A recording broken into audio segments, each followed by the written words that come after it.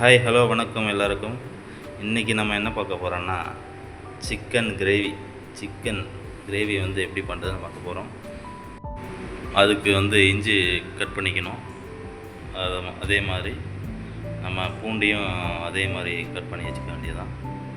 நமக்கு தேவையான தக்காளி 2 வெங்காயம், கொஞ்சம் பச்சை மிளகாய் எல்லாத்தையும் கட் பண்ணி இப்போது ரெடி பண்ணி வச்சாச்சு. அடுத்து நம்ம இப்போது மேக் பண்ண போகிறோம். சரி, வாங்க போய் பார்க்கலாம். அதுக்கு தேவையான சிக்கனை வந்து நம்ம ரெடி பண்ணி வச்சாச்சு. சிக்கன் மசாலா, கரம் மசாலா, மஞ்சப்பொடி எல்லாம் சேர்த்து தயிர் கொஞ்சம் போட்டு நல்லா மிக்ஸ் பண்ணி வச்சாச்சு. அடுத்து நம்ம மேக் பண்ணுற வீடியோவை நம்ம பார்க்க போகிறோம். முதல்ல கடாயை எடுத்து வச்சுக்கணும். அடுப்பு பற்ற வச்சுட்டு வெங்காயம், தக்காளி எல்லாம் ரெடியாக இருக்குது.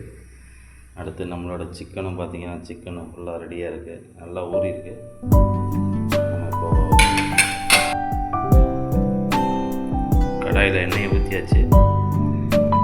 எண்ணெயை ஊற்றிட்டு அடுத்து என்ன பண்ண போகிறோன்னா, அடுத்து பட்டை, சீரகம், கிராம்பு, ஏலக்காய் எல்லாத்தையும் போட்டாச்சு. இது நல்லா பொரிஞ்சதுக்கப்புறம் கட் பண்ணி வச்சுருக்க வெங்காயத்தை நல்லா ப்ரௌனிஷாக வர வரையும் வதக்கணும். நல்லா வதக்கணும், நல்லா ப்ரௌனிஷாக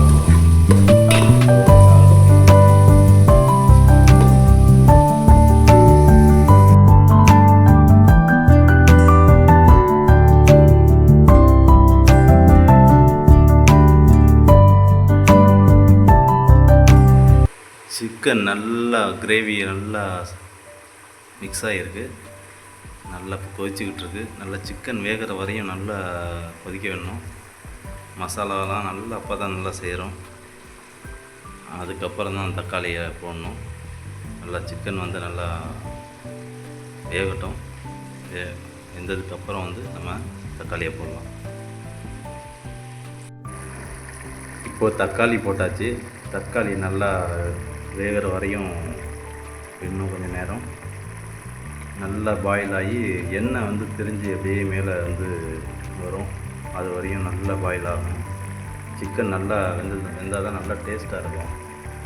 செட்டிநாடு சிக்கன் கிரேவி. ஃபைனலாக கொத்தமல்லி போட்டாச்சு. சிக்கனும் நல்லா வெந்துடுச்சு. சிக்கன் வந்து வேறு லெவல் டேஸ்ட்டில் இருக்குது. பார்க்கும்போதே ஆக்கு ஊறுது. நல்ல டேஸ்ட்டாக வந்துருக்கு செட்டிநாடு சிக்கன். அடுத்த வீடியோவில் நம்ம இன்னும் ஒரு ஸ்பெஷல் ஐட்டத்தோடு நம்ம மீட் பண்ணலாம். ஓகே, பாய்.